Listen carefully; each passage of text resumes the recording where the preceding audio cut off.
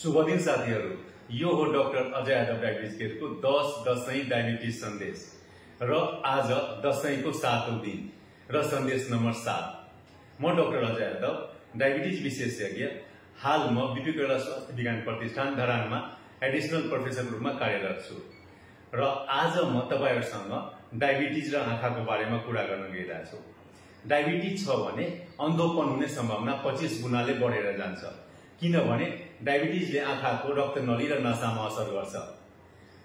रक्तनली फुटेर आँखामा रगत जमेर दृष्टिमा समस्या आउन सक्छ। आँखाको दृष्टि पर्दाको नसामा असर गर्छ र डायबिटिक रेटिनोप्याथी हुन्छ। डायबिटिक रेटिनोप्याथी अन्धोपनको प्रमुख कारण मध्ये पहिलो नम्बरमा पर्छ। भन्छ अन्धोपन मृत्युपछिको दोस्रो तरास हो, किन नहुनु र?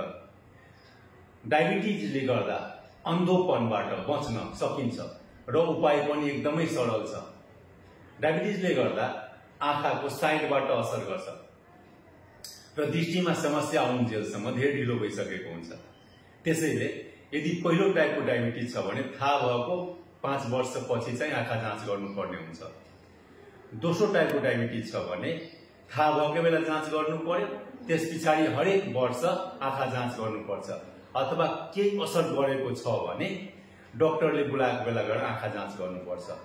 समय समयमा डायबिटिजमा आँखा जाँच गरिराख्नुस् र अन्धोपनबाट बच्नुस्। धन्यवाद।